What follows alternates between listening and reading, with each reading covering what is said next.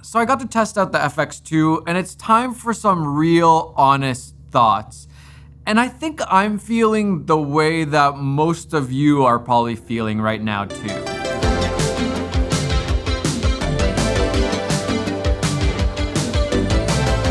I am here at the ASC Clubhouse, and this is the FX2. Time to find out if it's good. Also, I have no idea how they invited me here. I don't belong. This is like top tier cinematographers here. So basically, Sony organized this like cinematography masterclass with some of the best cinematographers in the world, like Sam McCurdy, who shot Shogun, incredible. Charlie Lieberman, who shot Heroes, one of my all-time favorite shows when I was growing up. Oren Soffer, who shot The Creator on the FX3, incredible movie. Patrick Cady, who shot a bunch of shows like Suits. And last but definitely not least, Oscar winner Claudio Miranda. Top Gun Maverick, Oblivion, Life of Pi, the new F1 movie. So let's just say it was kind of a great place to test out a new camera when you have the world's best cinematographers lighting scenes for you. It was pretty nice. But I'm kind of confused.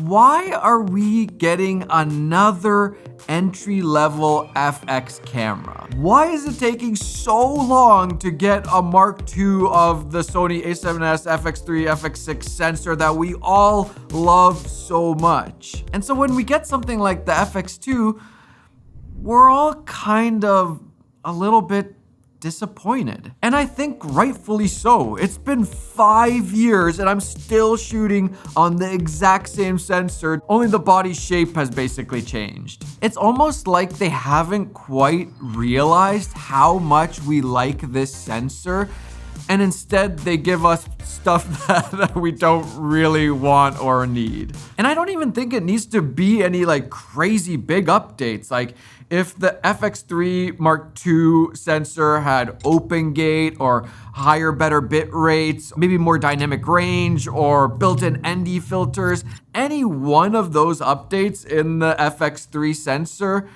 would be more interesting to me than another entry-level FX camera. But like always, I'm gonna keep an open mind because we all have different needs and wants in a camera.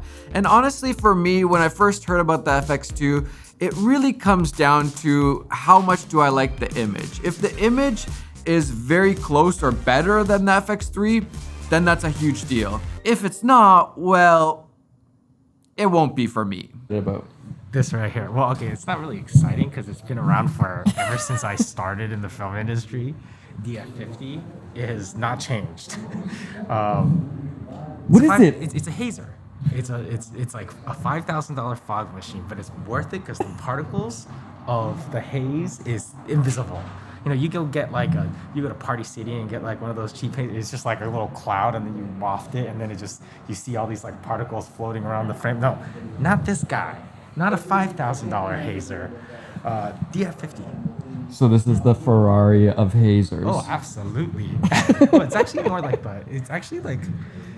they last forever. It's more like I don't know, like a tractor. It's like a tractor that just never lets you down. I haven't seen Gene be this excited about something. I actually bought one. That's one of my most prized possessions. So essentially the FX2 is basically taking the A7 IV sensor, 33 megapixels, and putting it in like an FX3 camera body with some nice little upgrades. For example, the little EVF thing, better ergonomics. I like where they like put like the microphone jacks and all that kind of stuff. Just nice little updates. And then add in their AI chip so you get better focusing with their AI algorithms of how bodies move and how animals behave and all that stuff. Great little update. So if you love the A7 IV but wanted some updates, this is actually pretty great.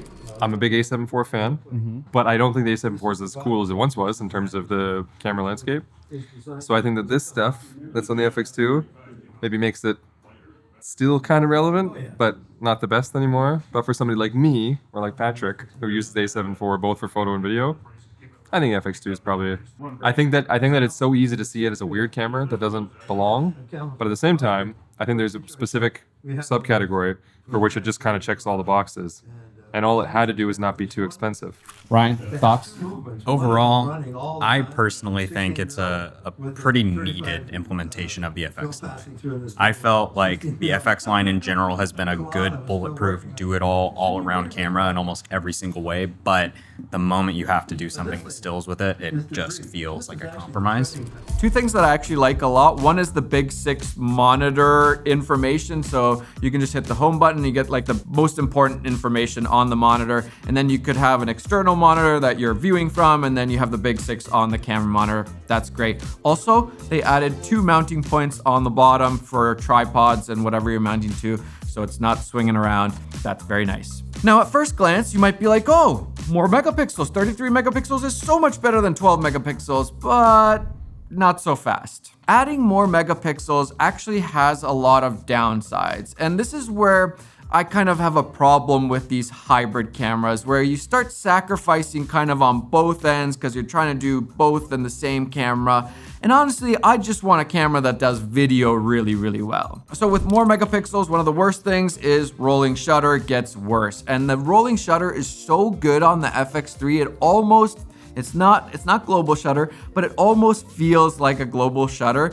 And I'm just so used to how good that is that when I do pick up another camera that has like rolling shutter that's not so good, I'm like, whoa, this is like... And now if you're just shooting on a tripod, doesn't really matter, but if you're doing any sort of handheld footage or you're, running around like a single shooter like I am, vlogging, blah, blah, blah, the FX3 rolling shutter is just so much better. Dynamic range usually takes a hit. Now, for the FX2, interestingly, it seems to be pretty close to the FX3, maybe just a little bit worse from what I saw on CVP's review. If you want really great camera reviews where they go through like every detail and shoot with it, CVP. I love your guys' reviews. I only had a couple hours with the camera, so if you want like all of the specs and all of the little changes, go and check out their review. With more pixels, low light also gets worse. So the base ISOs on the FX2 are 800 and 4000. I personally prefer the FX3 640 and 12800. 640 is nice that you can go a little bit darker, and then 12,800 you can go real bright or sensitive. So there's just a lot more room for exposing there. And even the colors can suffer when you add in more pixels, or then you're gonna have to do more like computational photography stuff, use the computers inside the cameras to kind of fix the things that are going wrong, and everybody's kind of doing it differently. Blackmagic is doing the RGW sensors with tons of pixels, but then trying to use the RGBW sensor to kind of combat that. And I don't know what the best way to go about things, but typically I prefer the camera sensors that have big sensors with bigger pixels. So less pixels, but bigger pixels. I just think the image looks nicer in the end. And I think a lot of the top DPs in the world would also agree with that. So honestly, for me, I just prefer the look of the FX3 image more than the FX2 image, even though you might be like, well, it's only 12 megapixels. But it's bigger pixels, so you get a lot of advantages there when it comes to video. I get it, they're trying to do photo and video, and so it's nice to have those extra megapixels for photo, but it hurts you on the video side then. Honest opinions. What do you think? I think I'm buying it. Yeah? Yeah, it's not a flagship camera, but I think of it as like a really good B camera to the FX3, because it's like, in 90% of situations, it's gonna match it, right? But then I think there's times where you want the slow-mo on the FX3 or the low light on the FX3, and then or if you might want like the high-res photo of this. So I think it's a good pairing. I think it's a good sidekick to it. This viewfinder, I'm using this viewfinder a lot. Oh, are you left eye dominant? I am left eye Oh my dominant. god, something's wrong with you. How do you do this? But yeah, so if you're weird like Matti, you can switch it over to left eye dominant. But I'm just gonna go ahead and fix this to put it on the proper way, just like this. I'm not a viewfinder guy. Because I'm left eye dominant, I always found it weird to like have it over, so I never got used to it. So Have you used this for a little bit? Like, have you taken this out and around? no, this is the first time. Okay, I use this viewfinder way more than I thought I would. I never use viewfinders on like the A7 IV or A7 S3s or whatever. But the fact that it can do this, like this little thing, all of a sudden I'm like using it a lot. I like it. I think it's a good combination of stuff. So who is this camera for? Well, it is a very interesting hybrid shooter camera. If you need to do photos and videos, but maybe you're a little bit more heavy on the video side, because where do you even post photos nowadays? Sorry, photographers. It would make a lot of sense to get the FX2. If you love the EVF, it's a nice little like scout camera, take photos and S-Log, grade them, throw them into the pre-production, or maybe even like a director's viewfinder. I think that could be pretty interesting. But for me personally, I just don't like EVFs. I feel like as soon as I look in there, I feel like I'm in this like digital world, and I would much rather see the world and then have a monitor that I can also see how my camera is seeing the world. I personally do not like the EVFs, but that is personal preference 100%. I recognize that.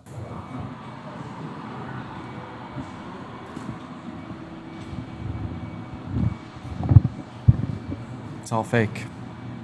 This is an LED screen. That's a backdrop over there. Lights, these, I can feel the warmth. It's like sunlight, but it's not. It's all fake. So freaking cool though. But let's be honest, the biggest reason you would buy the FX2 over the FX3 is the price. It's $1,200 cheaper. That is quite a lot of money. And I think that's the biggest reason. I don't know if I would really recommend for anybody that can afford the FX3 to get the FX2. I would just say go all the way to the FX3. It is a great camera. I love it. When I started doing YouTube at some point, I think it was like 2017 and 2018, I gave my like dream camera specs, and the FX3 basically fulfilled all of those specs except for built-in ND filters. I will take some of those other things too, like open gate and all that, but it is an incredible camera and it is hard to beat. I feel like it's an interesting way to get into the cinema line, but not lose the stills component. But I also, if I'm trying to think about what the professional application is, I mean, we did just see it with Hawk Anamorphic. Yeah. So I'm like, oh, that looks pretty pro. Oh, that looks good. But it is a very interesting director's viewfinder and location scout camera for one reason, because you can shoot S-Log stills. So it sits into your workflow, you slap your LUTs on, and you color grade it like you would color grade Yeah. your normal footage, and then it should match. should match all your cameras. And Yeah. I think with the Venice, I don't know the ISOs on the Venice, but this is 800 and 4000, so it's kind of more in that realm where the FX3 sensors, the 12,800. Yeah. It feels like this is more in tune to kind of what you're getting off the Venice, perhaps. So, All right, you guys are starting to sell me on it. Okay. I mean, I'm not trying to sell anyone. I'm not He's getting paid to sell. No, I'm not letting go. For the record, it's still like if you're a filmmaker, like the FX3. Yeah, FX3. Personally, I don't shoot photos much these days. If I do shoot photos, it is most of the time on this little guy that's always in my pocket. And so I'm honestly not that much of a fan of these hybrid cameras anymore. I think companies should make either photo cameras or video cameras and stop compromising and doing a bunch of stuff that hurts both sides. But that's just my personal opinion. I get it if you are strapped for cash and you need to do both. Obviously, it makes sense. But if we take away kind of like the money thing out of the equation and we want the best little camera, I would rather just focus on video features for a camera like this. And so, unfortunately, the FX2 goes on the pile of Sony cameras that I just don't need. Doesn't mean it's a bad camera. I feel like every camera nowadays is incredible, and if you can't shoot great things with the FX2, some of the best DPs in the world were shooting with it during the masterclass, and clearly the image looks great. They're able to get an incredible look out of it. It is a great camera, but if I'm being honest, for me, it's the FX3. I love it. FX2, I don't need it. On behalf of everybody, Sony, please just give us the FX3 Mark II. Thank you. Out of the whole trip though, this might have been the coolest. They gave us the American Cinematographer Manual. So we basically were in like the temple of cinematography, and they gave us the Bible of cinematography. This is so freaking cool. It's snack time with Gene. Like time machine. Wait, is this cannibalism?